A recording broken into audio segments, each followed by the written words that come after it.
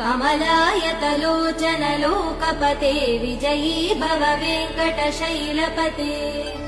सचतुर्मुख Shanmukha पञ्चमुख प्रमुखाखिल दैवतमौलिमने